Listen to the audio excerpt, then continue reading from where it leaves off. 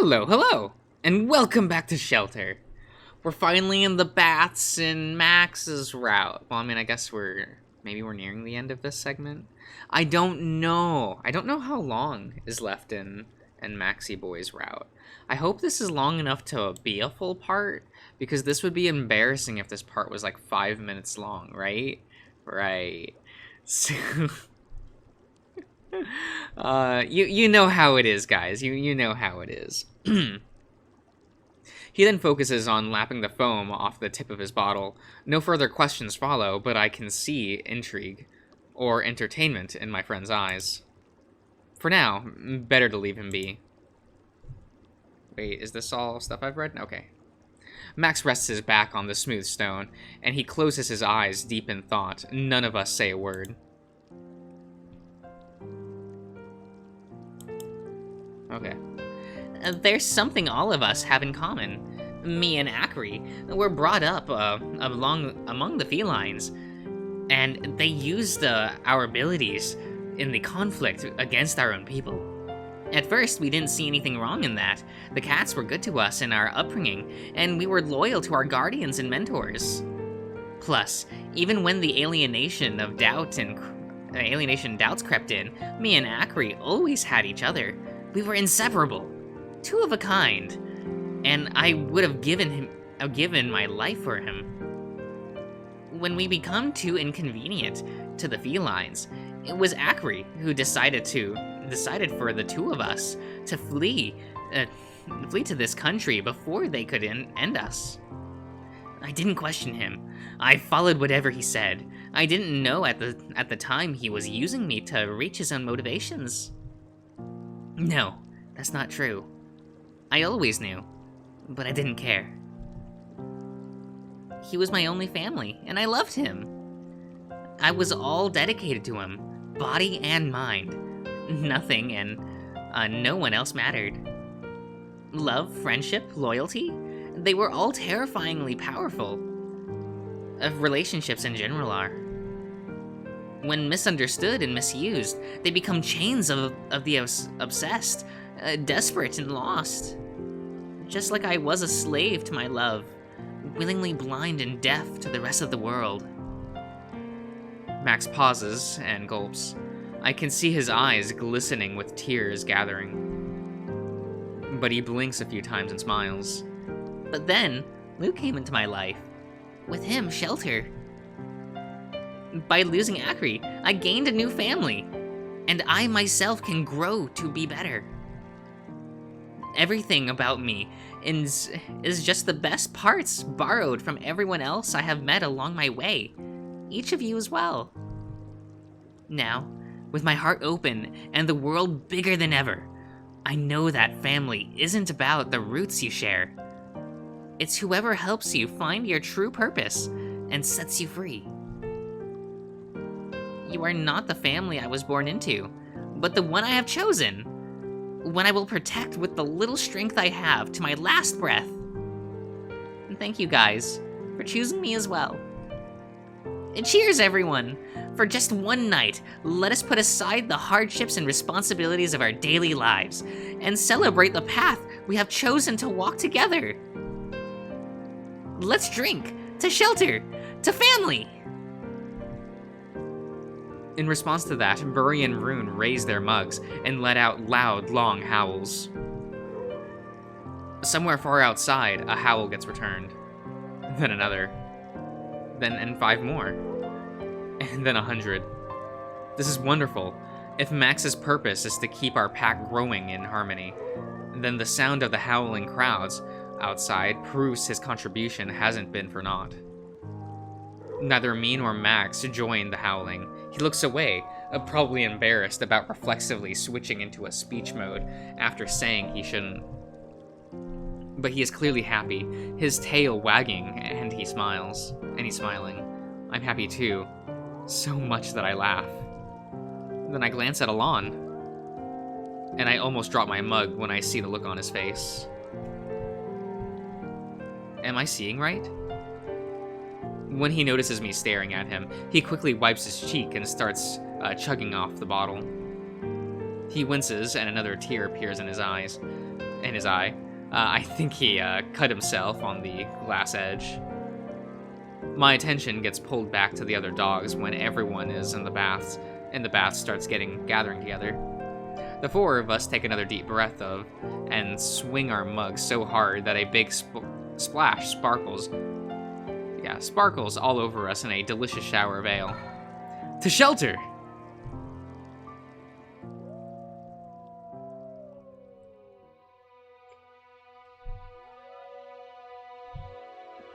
Okay. Oh.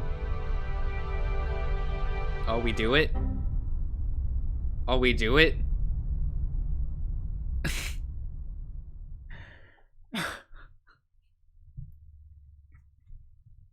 Every time I hear the message thing, I'm like, oh, what's wrong with my computer?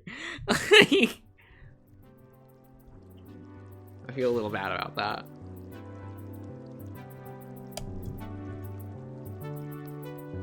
Ah.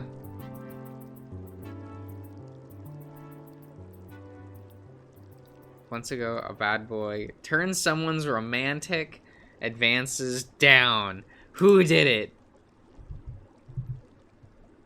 Turn someone's romantic advances down. As soon as I finish, Max swings his shot. I take a couple more seconds for Burry to think and finally join him. I hear Alon grumble and cursing under his breath.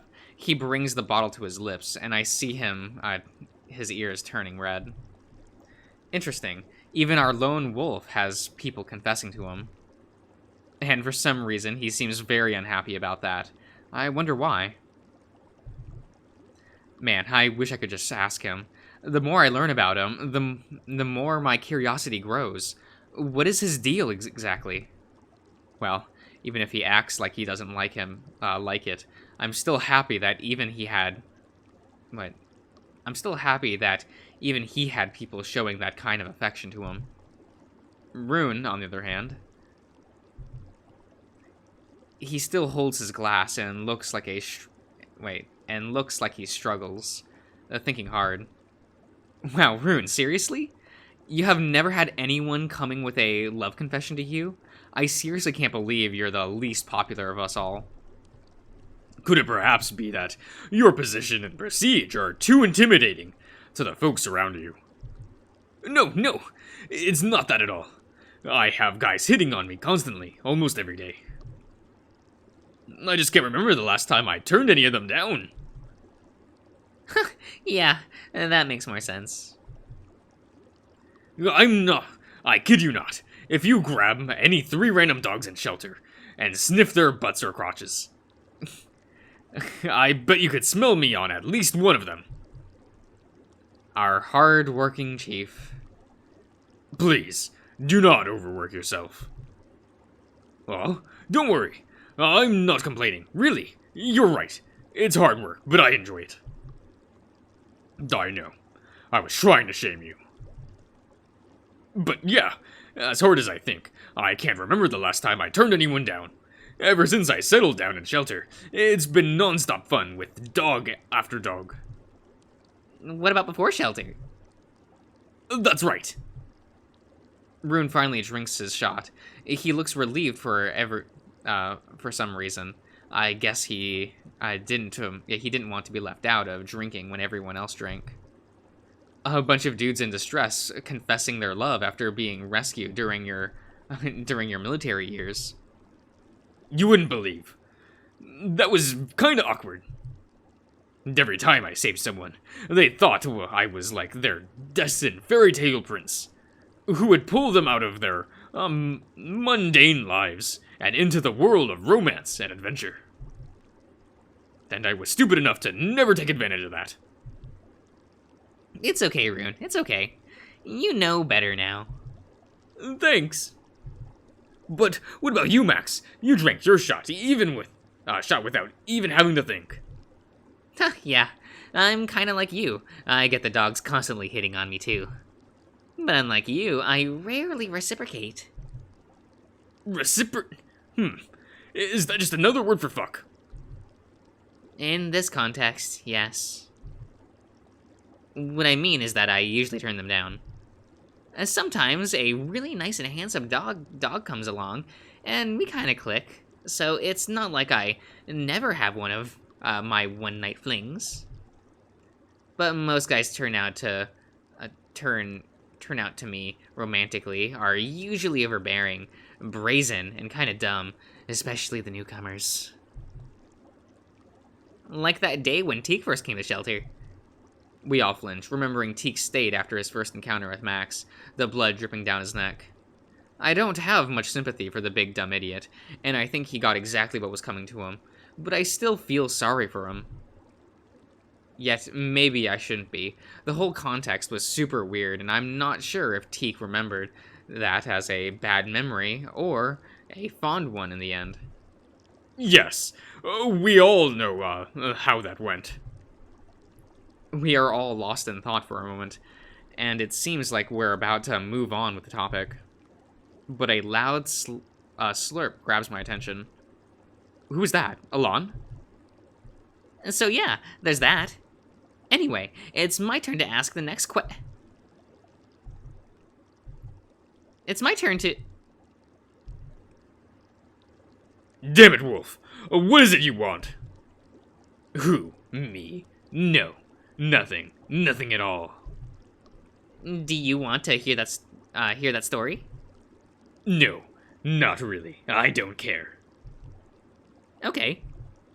In that case... I mean, do whatever you want. If you want to talk, don't let me stop you. I'm no more than a shadow here. Don't mind me. He continues drinking from his bottle, quietly this time. Max glances at me, exasperated.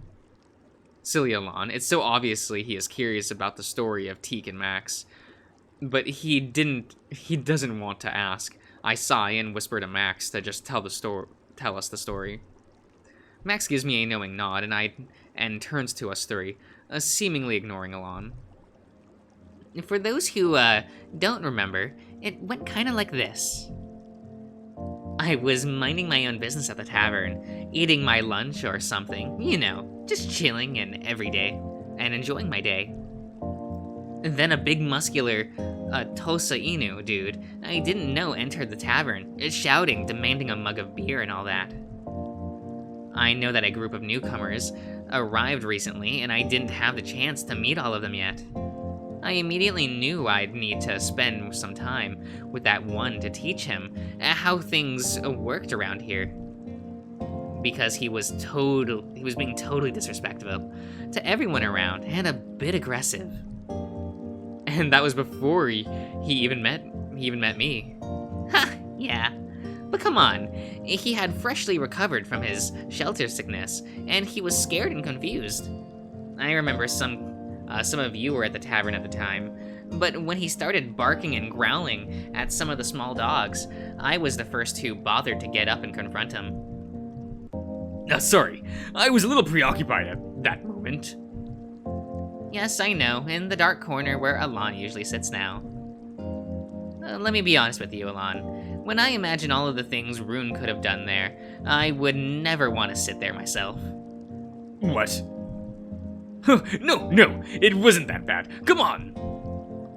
Burry, doesn't let me get too frisky in the tavern. It is a tavern, not a brothel. Yeah, Rune, shame on you. I start sipping the booze to hide my embarrassment, if only Burry knew what we did with Alon under that same table.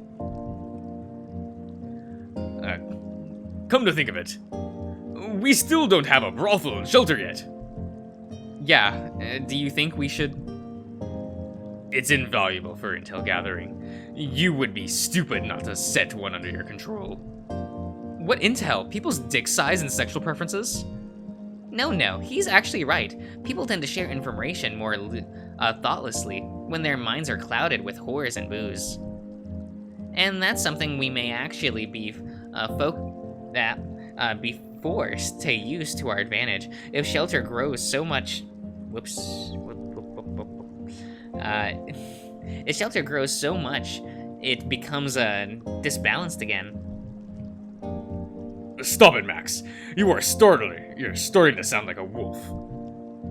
Clever. Dishonorable. No, boy. Drop it, you two.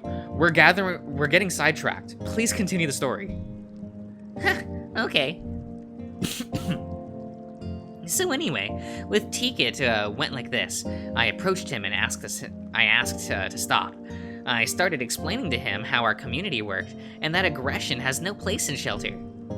At that point, I knew he would either mock me or double down with aggression. Lucky for everyone involved, he chose the former. And obviously, since I looked so submissive and breedable, as he put it, the mocking quickly turned into sexual harassment. He told me to become his bitch for protection, or else how could I defend myself against all the other big scary dogs out there? I told him I would think about that, and led him on out of the tavern, into the dark corridor. And he followed? And he followed. And as soon as we were covered in the darkness, he started being gropey with me. He huffed out all of the usual nonsense about hierarchy and all. So I asked him to stop, and of course he wouldn't. And I asked him again, firmer, with a growl. I was really trying to be patient with him. I didn't know if I would be able to keep my composure in a situation like that. I have little patience for rudeness. Yeah, and it's always the same deal with those dickweeds. Dominance over the smaller ones. The harassment when you ask them to stop. Just like the Shagbark the day we first met, right? Right, Max? You deal with one jerk, and then another one always comes with exactly the same pattern. Yeah, but you know, I felt it was very different with Teak. Shagbark used to be a genuine asshole. He grew up in the seediest part of the country, with all of the wrong stereotypes. Teak wasn't like that at all. I read him closely with my empathy. Yeah, with my empathy. Teak was more like a lost puppy, or maybe like me when I came here. We both grew up abroad, and we didn't know how to be canines. I was lucky enough to have Akri's guidance, but Teak was completely alone. I felt like all of the aggression and acts of dominance were mostly his effort at fitting in. Violence was all he knew, and maybe he thought that was something expected of him here as well. And that wasn't even wrong of him to assume. There were many places out there where that would actually be the correct mindset to have. After all, Shagbark's case again. But I know how thin-veiled his act was. Teak is a good boy. He didn't enjoy being an asshole that morning. He was trying to be scary because he himself was the most scary person in the room. So even when he was groping me and spouting nonsense into my ears, I tried to be calm and understanding. I swear, I tried. But then he said something I really didn't like, and he put his thick, grubby fingers into my pants. And I finally snapped. I jammed my finger deep into his neck. He finally stopped and shut up. I smelled his cold sweat, and I took my time to bask in the terror pouring over him as I caressed his pounding artery with my fingertip behind my claws. I told him that I thought about his offer and suggested that maybe he should have stayed friends after all. We should have stayed friends after all. He let out that pathetic, uh-oh, and we both retracted our hands. I immediately felt guilty afterwards. I took his hand and led him back into the tavern. We had a few mugs of ale at my tab, and he finally listened to me. It's okay, Max. I do not support violence, but I do know you used it with thought and purpose. No, not really. I was just pissed. But in the end, it turned out for the best. He calmed down, and he never seemed to hold a grudge for that. He even started approaching me regularly after that to hang out and chat. To be fair, he became kinda clingy. But still, I never forgot the guilt I felt when I saw how shaken he was when he returned to the tavern's light. He was all red, his heart still hammering. And I scared him. Wait, yeah. And I scared him so much, the poor little guy peed his pants. Wait, you thought he peed himself? You really didn't notice. How could you confuse that smell for anything other than... What? What are you talking about? Oh my. You really missed that part. No, Rune, Luke, don't tell him. He didn't pee himself. When you came back, he was still pinching a tent and... Oh my dog, stop talking. Are you guys for real? I don't want to listen to any of that anymore. You are all sick bastards, every single one of you in this cursed place. I've had enough. Just move on. Another question. Talk about it as something normal. Damn. Okay. Okay. I'll end the part here, everyone. So after that little fun show, I guess I will see you all around.